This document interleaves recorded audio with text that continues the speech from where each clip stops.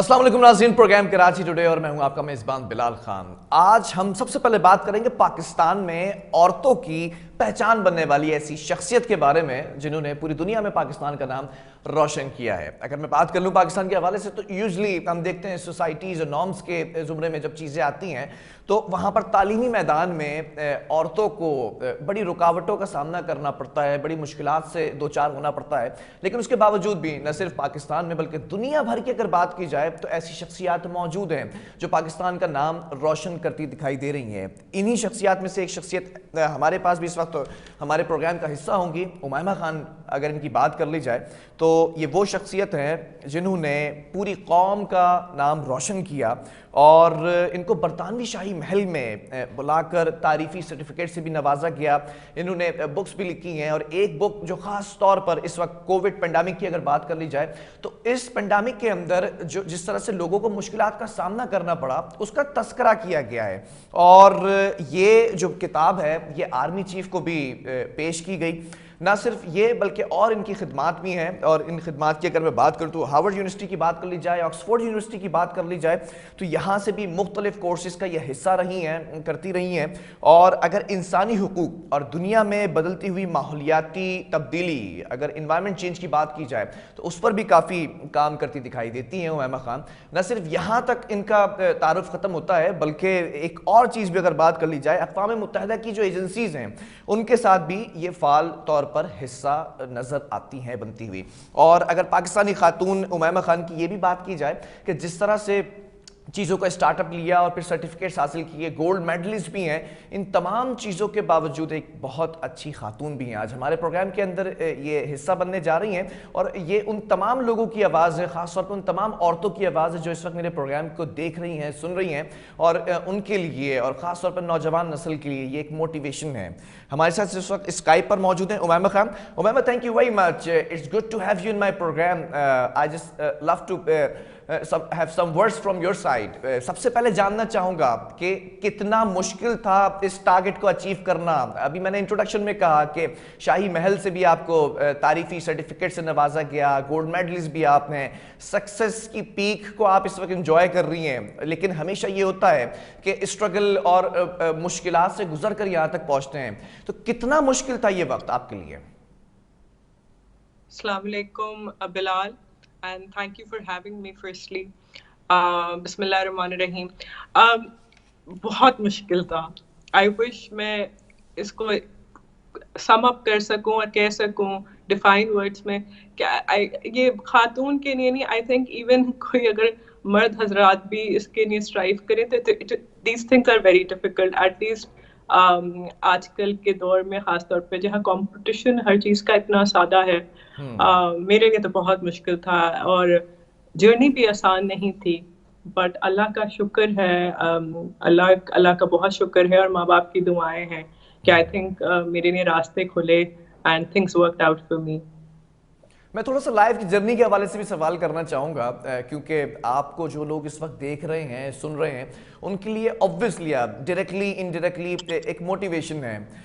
कैसे स्टार्टअप लिया, किस तरह से, क्या गोल्स थे और क्या जो है वो इस वक्त सक्सेस को अचीव करने के लिए एक आस होती है, एक तमन्ना होती है, वो क्या चीज़ थी जिसने पुश किया कि वहाँ तक पहुँचना है? सक्सेस तो definition is very different for me. ये तो आई डोंट थिंक कभी मैं सक्सेसफुल हुई हूँ एज सच। लेकिन बहुत हम्बल्ड हूँ कि मुझे मेरे पेरेंट्स ने वो एक हमेशा हार्ड वर्क वाली ना एक क्वालिटी वो एम्बेड कर दी। मैंने अपने वालिद को hard work through out his life करते हुए देखा। सो आई ऑलवेज न्यू कि आपको कोई भी चीज़ आसानी से नहीं मिल सकती, you have to work hard for it. और मुझे फैमिली सपोर्ट बहुत ज़्यादा रहा क्योंकि मैं आई एम मम ऑफ 2 किड्स माशाल्लाह से नाउ। तो हर्डल्स आती हैं लेकिन I think I just kept going. मेरे पास वो क्विटिंग वाला ऑप्शन ही नहीं है मेरी डिक्शनरी में। तो वो स्मॉल बेबी स्टेप्स भी आई थिंक वो अक्यूमुलेट कर कर आपको at the end of the day कोई अच्छी चीज़ बना देते हैं। तो I think that is one thing. कोई एज सच गोल्स नहीं थे। हाँ, कोई चीज़ शुरू करती हूँ तो फिर उसको ख़त्म ज़रूर करती हूँ, नो मैटर। हमें बड़ा अच्छा लगता 2 है years. कि पाकिस्तानी खातून की अगर बात की जाए तो वो एक इतने बड़े प्लेटफॉर्म तक जा पहुंची हैं और पूरी दुनिया के अंदर पाकिस्तान का नाम रोशन कर रही हैं आप। Thank you so much. ये भी जानना चाहूँगा आपकी किताब के हवाले से, जिसमें आपने खुसूसी तौर पर अगर कोविड पेंडेमिक की बात की जाए तो दुनिया भर में लोग परेशान थे, मुश्किलात से दो चार थे, और इस किताब के अंदर जिन मुश्किलात का सामना किया है लोगों ने, उसका तस्करा आपने किया है कि आपकी नज़र में नाकाबिले फरामोश और नाकाबिले बर्दाश्त ये जो है वो मामलात थे। उसको थोड़ा सा मैं चाहूँगा इसके ऊपर भी आप कमेंट करें, एलैबोरेट करें कि क्या थॉट्स हैं उस किताब में। बेसिकली ये किताब ऑब्वियसली एक एक्स्ट्राऑर्डिनरी टाइम्स में लिखी गई, और इस किताब को लिखने के पीछे भी कुछ मेरे पर्सनल इंसिडेंट्स थे जो मैंने लाइफ में फेस किए। लेकिन ये किताब आई थिंक रहती दुनिया तक अब इंशाल्लाह रहेगी। It's part of British Library as well now. तो द थिंग इज कि वो कुछ आप चीज़ें, मतलब एक तो अल्लाह और सबको सेफ रखे, लेकिन 3 चीज़ें जो बहुत ज़्यादा देखने में आई, एक तो वो था आइसोलेशन का पीरियड, मतलब लोग अकेले अपनी थॉट्स के साथ आइसोलेटेड नहीं रह सकते। ये बहुत बड़ी चीज़ थी। आई थिंक सबको जो आइसोलेशन का पीरियड काटना होता था वो बहुत मुश्किल लगता था। एक वो चीज़ नज़र आई, एक दिमागी बोझ, मेंटल हेल्थ, उसके इश्यूज बहुत ज़्यादा नज़र आए। तीसरा, लोगों ने अपनी नौकरियाँ, करियर्स और सारा कुछ बंद होने की वजह से रोज़गार अपना खो दिया। वो आई थिंक ये 3 मेजर चैलेंजेस थे जो हर सोसाइटी ने फेस किए हैं।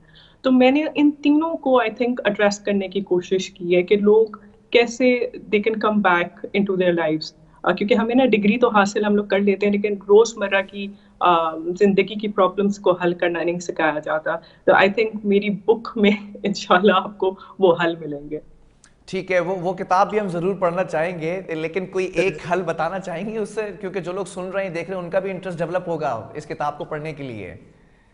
जैसे आपने मुझसे पूछा कि आप कैसे गोल्स अचीव करती हैं, तो हम हमेशा बचपन से ना, हम आई थिंक हर इंसान ने वो वाली बात सुनी है कि आप अपने आप को चेंज करें तो दुनिया चेंज हो जाएगी।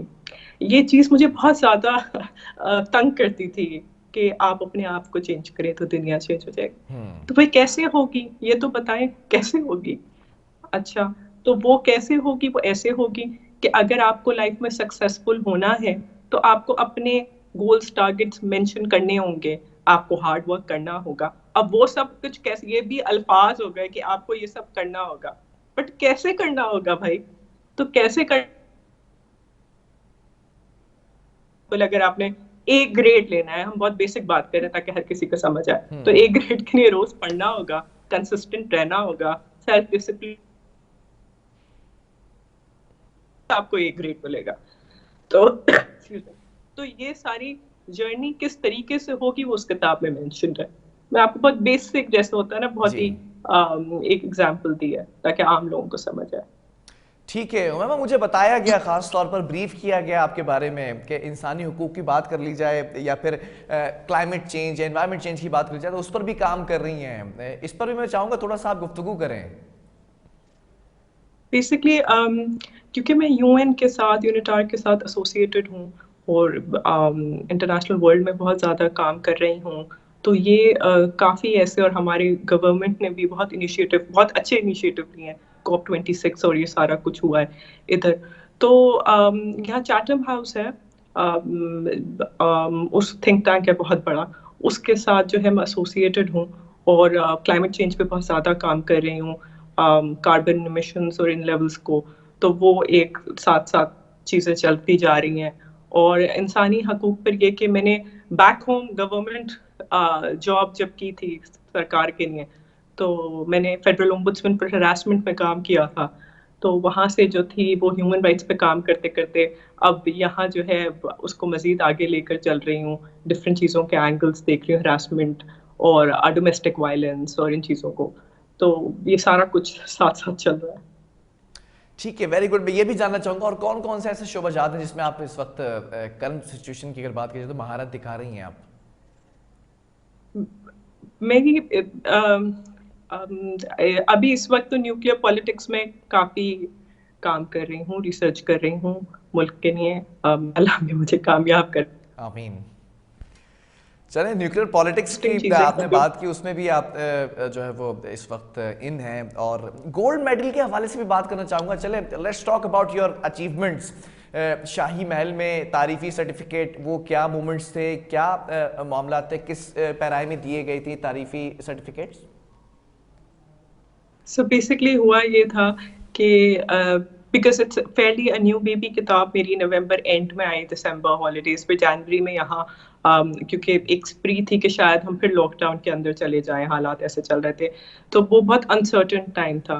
तो जब मेरी किताब, अब मुझे बुक लॉन्च करनी थी और बहुत सारी चीज़ें और करनी थी, लेकिन वो सारी डोल ड्रम्स में थी कि किस तरह होगा। और ये तो मैंने सबसे पहले, अब जैसे ही होता है ना कि आप हिम्मत करते हैं, तो जी। आप सोचिए मुझे कितना कॉन्फिडेंस था अपनी किताब पे कि मैंने सबसे पहले वो किताब जो है वो महल की तरफ भेजी।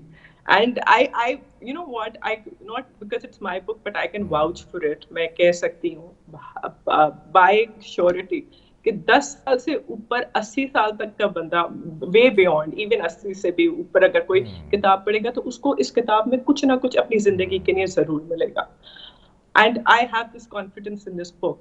और मैंने उसी कॉन्फिडेंस के साथ सबसे पहला जो कदम था वो ये उठाया था कि I said, because duchess of Cambridge को बहुत इंटरेस्ट है तालीम और पढ़ाई में, ऐसी ऐसे ही डचेस ऑफ कॉर्नवॉल को भी है। तो मैंने उनको किताब भेजी, I wrote a letter to them and I sent her the book. और and I was surprised myself as well, मतलब मेरा कॉन्फिडेंस एकदम जो है वो इतना बूस्ट अप हुआ। She was very kind enough, हालांकि अपने स्केड्यूल, उनके इतने बिजी स्केड्यूल्स होते हैं, to come back with the very motivational things for me. तो वो अल्लाह का शुक्र है, not only the certificate but other things have really good happened for me as well वहां से। तो बस I've been very lucky, Umaima, ये अल्हम्दुलिल्लाह। किताब की बात आप कर रही हैं, so I just want to ask a question and need an honest answer to, कि ये जी। किताब अभी 2 माह हुए हैं पब्लिश हुए हुए, लेकिन इसको इतनी मकबूलियत यस, नवंबर एंड, यस जी, नवंबर एंड। इतनी मकबूलियत इस किताब को मिली है, तो क्या ये सोचा था कि ये इतनी इसको पजीराई मिलेगी, इतनी ये मकबूल होगी ये किताब? I was sure। बताऊं क्यों? I'll be very honest। आप जी। कहेंगे ये बहुत ज्यादा, वो इस तरीके से कि I was really sure about it कि ये किताब, क्योंकि इस किताब में वो चीजें हैं जो हर कोई रिफ्लेक्ट कर सकता है। हम्म। आपको जिंदगी में इस वक्त गुस्सा आता है, फियर होता है, वो किस तरीके से आप ओवरकम करेंगे चीजें, वो किताब में है। लेटिंग गो करना, wear your failure as a badge, इस तरह की सेल्फ डिसिप्लिन, और ये सारी चीजें आई थिंक हर कोई रिलेट कर सकता है इस बात से। तो आई न्यू कि इस वक्त, मैं ऑनेस्टली अगर बात करूं तो मुझे नीड ऑफ द सोसाइटी पता थी। और मेरी इतनी तालीम और कॉन्टेक्स्ट और इतनी मेरा पढ़ने का शौक है कि मुझे पता था कि आई कुड डिलीवर। मैंने सिर्फ उस नीश को पकड़ के काम किया। This is a very thing. अगर आप किताब भी देखेंगे, आप कोई ना कोई, कुछ ना कुछ, हर किसी को इस किताब में जरूर मिलेगा। तो I was very confident about Umema, it. very well appreciated. I just want to ask one more thing. Are you willing to write another book? If yes, तो फिर कौन सा उन्वान होगा, किस चीज पर किताब लिखना पसंद करेंगी एक और? अब किताब लिखना ही जो था वो, मतलब आई इवेंचुअली मुझे लगता था किताब लिखूंगी और वो पब्लिश हो जाएगी, और फिर वो किताब लिखना एक एक इट्स अनदर वर्ल्ड। आप किताब लिखते हैं, फिर वो एडिटोरियल, फिर वो 10 और चीजें और इंटरनेशनल स्टैंडर्ड्स मीट करना ही हो। तो it took me around like 2 years to complete this book. हो सकता है कि कोई न्यूक्लियर पर ही किताब आ रही हो। अच्छा। न्यूक्लियर पे फिर प्लान कर रही हैं आप, क्योंकि न्यूक्लियर पॉलिटिक्स का भी आपने बताया कि उसमें भी आप इंटच हैं, वो उसमें भी महारत दिखा रही हैं, तो प्लानिंग है कि न्यूक्लियर के ऊपर बुक लिख सकती हैं? दुआ करें, इंशाल्लाह, कोशिश तो है। चले, मैं in last but not the least ये पूछना चाहूँगा कि पाकिस्तानी लोगों के हवाले से, उनको आगे बढ़ने के हवाले से, और ख़ास तौर पर औरतों को किस तरह से सक्सेस हासिल कर सकती हैं, आगे बढ़ सकती हैं, अपने गोल्स को अचीव कर सकती हैं, एक पैगाम आपकी तरफ से just to motivate your youth और ख़ास तौर पे औरतों को।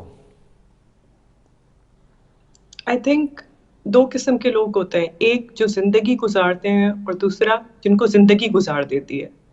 आप चूज कर लें पहले तो कि आपको कौन सी लाइन में रहना है। आपने जिंदगी गुजारनी है या जिंदगी ने आपको गुजारना है। जब आप वो लाइन चूज कर लें उसके बाद सिर्फ मेहनत करें और ट्राई करते रहें। अगर आपका एक प्लान फेल होता है, go for plan B, go for plan C, go for plan D, just don't quit. और खासतौर पर रियल प्रॉब्लम्स, लोगों की रियल लाइफ में 10 मसले होते हैं, खासतौर पर खवातीनों के, उनके पास 10,000 घर रन करना है, बच्चों को देखना है, enormous amount of excuses.